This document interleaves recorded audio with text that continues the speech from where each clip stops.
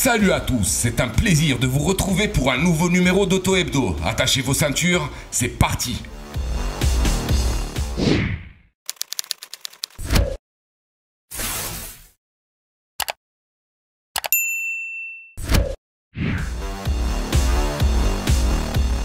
La marque Kia qui a vu ses ventes s'envoler en 2019, enregistrant une performance phénoménale de 291,85% malgré une conjoncture délicate, veut confirmer cette belle santé en 2020.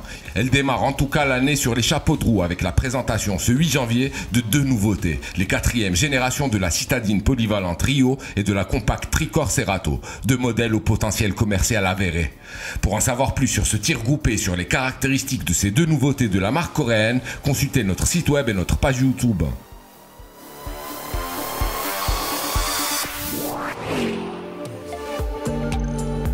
Première grand-messe automobile de 2020, le salon de Bruxelles à la frite. En effet, le programme s'annonce chargé à l'occasion de la 98e édition de cette manifestation qui se tient du 10 au 19 janvier.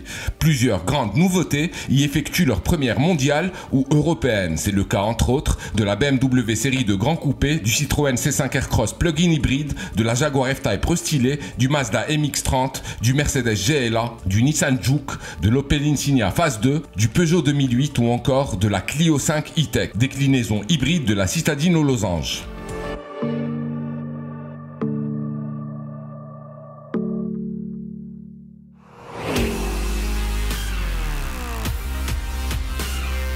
Mercedes a marqué les esprits lors de l'édition 2020 du salon de l'électronique CES de Las Vegas avec la présentation du concept car électrique Vision AVTR. Inspiré par le blockbuster de James Cameron Avatar, cet engin du futur présente des lignes abracadabrantesques et un habitacle translucide en forme de cocon, entièrement revêtu de cuir vegan. Avec ses 33 volets bioniques rappelant des écailles de reptiles, sa commande par reconnaissance biométrique placée au niveau de la console centrale et ses roues sphériques lui permettant de se déplacer latéralement, ou encore sa technologie de batterie organique, cette GT de 475 chevaux ne ressemble à rien de connu en ce bas monde.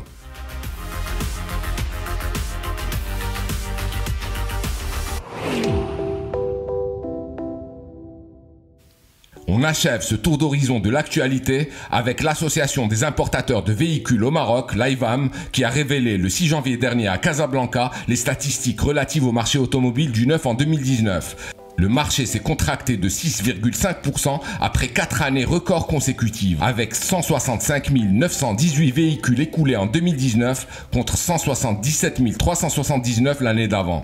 Dans le détail, le diesel est toujours hégémonique, qui a capté une part de marché de près de 93%, tandis que côté marque, Dacia a fait la loi chez les généralistes comme à son habitude, tandis que Mercedes a dominé le marché premium pour la 3e année de rang. Pour en savoir plus, rendez-vous sur notre site web et notre chaîne YouTube.